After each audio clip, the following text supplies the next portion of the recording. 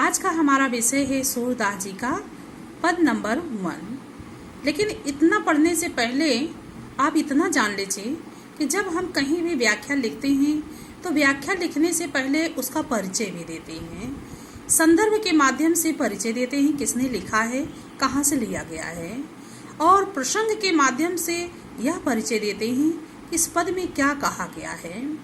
और व्याख्या लिखने के बाद काव्य सौंदर्य लिखते हैं, जिसमें इस व्याख्या में अलंकार, भाषा, रस आदि का वर्णन करते हैं।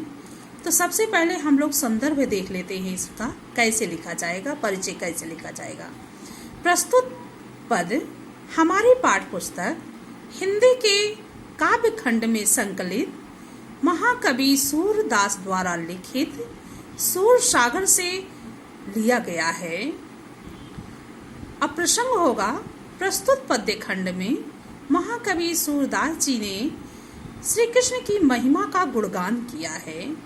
गुणगान करते हुए सूरदास जी कहते हैं, चरण कमल बंधु हरिराई, हे प्रभु मैं आपके कमलवत चरणों की वंदना करता हूँ। जाकी कृपा पंगु गिर लगे, जिसके प्रभाव के कारण, जिसकी कृपा के कारण पंगु यानी लंगड़ा व्यक्ति भी पर्वत को लांघ सकता है। अंधे को सब कुछ दर्शाई, अंधे को सब कुछ दिखाई देने लगता है। बहिरो सुने गूंग पुनि बोले, बहरा व्यक्ति सुनने लगता है और गूंगा व्यक्ति पुनः बोलने लगता है। रंग चले सिर छत्र धराई, रंग गरीब, गरीब व्यक्ति राजा की भांति सिर पर छत्र धारण करके चलने लगता है, अर्थात वह भी धनवान हो जाता है। सूरदास स्वामी करुणा में सूरदास जी कहते हैं, करुणा के सागर प्रभु श्री कृष्ण, बार बार बंदों तिह पाई, मैं आपके चरणों की बार बार वंदना करता हूँ, आराधना करता हूँ।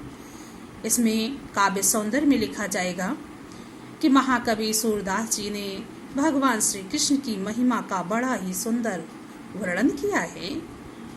भाषा ब्रज, अलंकार चरण कमल में रूपक अलंकार, रस भक्ति रस। अगले पद में सूरदास जी ने यह बताने का प्रयास किया है कि निराकार ब्रह्मा को नहीं प्राप्त किया जा सकता है। निराकार ब्रह्मा की भक्ति अत्यंत कठिन है और सगुण ब्रह्मा की भक्ति अर्थात भगवान के साकार रूप की भक्ति अत्यंत ही सरल है, उन्हें प्राप्त किया जा सकता है। तो इसी का खंडन यानी ब्रह्मा जी का खंडन करते हुए और विष्णु जी का मंडन करते हुए ये कहते हैं कि अभिगति गति कछु कहत न आवे, निराकार ब्रह्मा की गति के बारे में कुछ भी कहा नहीं जा सकता है। जो गूंगे मीठे फल को रस अंतर गति ही भावे, जिस प्रकार गूंगा व्यक्ति मीठे फल को खा करके उसके रस का आनंद मन में ही ले रहता, रस यानी रस को चख करके वो मन ही मन आनंद लिए रहता है। परम स्वाद सब ही सुनिरंतर अमित तोष उपजावे, उस स्वाद को चख करके वह मन में संतुष्ट तो हो जाता है, परंतु उस स्वाद का वर्णन वह किसी से नहीं कर पाता है। ठीक ऐसे ही निराकार ब्रह्मा की भक्ति करने वाला व्यक्ति स्वतः तो संतुष्ट हो जाता है, अपने अंतः मन में संतुष्ट तो हो जाता है, परंतु उस अलौकिक स्वाद का, अलौकिक आनंद का किसी से वर्णन नहीं कर पाता है। मन वाणी को अगम अगोचर, अगम जहाँ ना पहुँचा जा सके, अगोचर जो दिखाई ना दे, मन और वाणी के द्वारा निराकार ब्रह्मा तक पहुँचा नहीं जा सकता है। सो जाने जो पावे, इन्हें तो वही प्राप्त कर सकता है जो उन्हें भली भांति से जानता है, उनकी भक्ति करता है, उनकी आराधना करता है। रूप रेख गुण जाति जुगत बिन, निराकार ब्रह्मा का ना कोई रूप है, स्वरूप है, ना कोई आकृति है, ना उनमें कोई गुण है, ना कोई उनकी जाति है, और ना ही किसी जुगाड़ से युक्ति से उन्हें प्राप्त किया जा सकता है। निरालंब कित धावे, आगे सूरदास जी कहते हैं, बिना आधार के मैं निराकार ब्रह्मा को कहाँ खोजूं। सब विधि अगम विचारही, सभी विधि से सभी प्रकार से मैंने विचार करके देख लिया है, निराकार ब्रह्मा को प्राप्त नहीं किया जा सकता है। ताते सूर शगुन पद गावे। मैं निराश होकर के अंत में भगवान के सगुण रूप का गुणगान करने लगा। अब इस पद में संदर्भ वही होगा, और जैसा हमने बताया कि इस पद में क्या कहने का सूरदास जी ने प्रयास किया है, निराकार भक्ति को कठिन और साकार भक्ति को, सगुण भक्ति को सरल बताया है, यही प्रसंग में लिखा जाएगा। अब काव्य सौंदर्य में भाषा वही है जो हमने पहले में बताया था, ब्रज भाषा। अब अलंकार यहाँ पर अगर आप देखेंगे, ज्यों गूंगे मीठे फल को जब ज्यों त्यों इस तरह के शब्द आते हैं तो उत्प्रेक्षा अलंकार होता है, और कहीं कहीं अनुप्रास अलंकार भी है, अगम अगोचर में अनुप्रास अलंकार है। अब रस की बात करते हैं तो रस जहाँ पर शांत भाव हो वहाँ पर रस शांत ही होता है। ज्ञान की बातें हों तो रस शांत होता है, यहाँ ज्ञान की ही बातें बताई गई हैं। आगे है तीसरे पद में है किलकत कान घुटुरुअन आवत। इस पद में भगवान श्री कृष्ण के बाल स्वरूप का सूरदास जी ने बड़ा ही आकर्षक और सुंदर वर्णन किया है, जो बहुत ही मनोरम है, किसी के भी मन को अपनी तरफ आकर्षित कर लेता है। वर्णन करते हुए क्या कहते हैं, किलकत कान घुटुरुअन आवत। भगवान श्री कृष्ण किलकारी मारते हुए घुटनों के बल चले आ रहे हैं।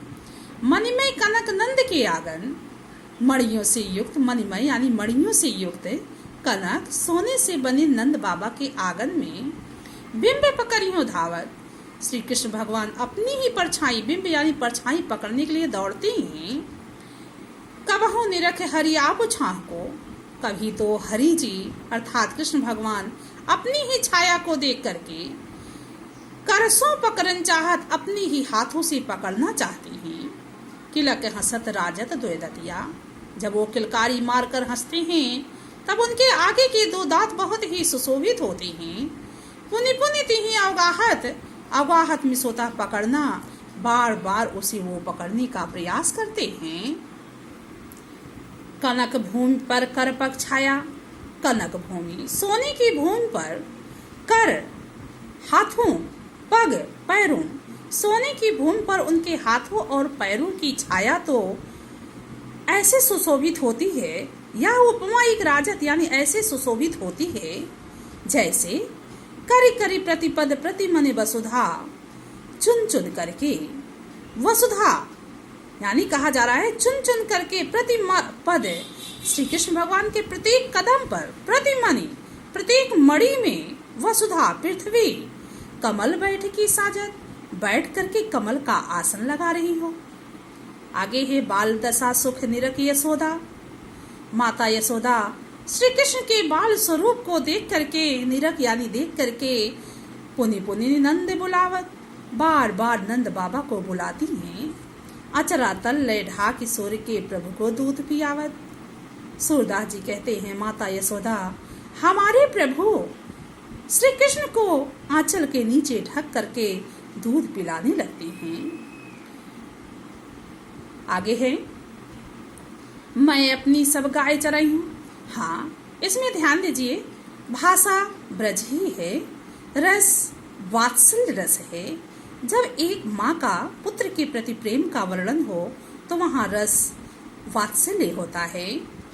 अब यहाँ अगर हम कहें अलंकार क्या है, तो अलंकार अलग अलग दिया गया है कि जैसे किलकत कान घुटुरुअन आवत, किलकत कान में अनुप्रास, कनक नंद के आंगन, बिंब पकड़ियों, इसमें कोई अलंकार नहीं है। कोई भी पुनि पुनि में पुनरुक्ति प्रकाश अलंकार है। जब दो शब्द एक जैसे आए तो वहां पर पुनरुक्ति प्रकाश होता है। कनक भूमि सोने की भूमि पर, यहाँ पर भी कोई अलंकार नहीं दिख रहा है। जैसे यहाँ यह उपमा एक राजत यानी उपमा दी गई है, उपमा अलंकार है। और कहीं कहीं यहाँ भी पुन पुन में भी पुनरुक्ति अलंकार है। अगले पद में चलते हैं। मैया मैं अपनी सब गाय चराई हूँ।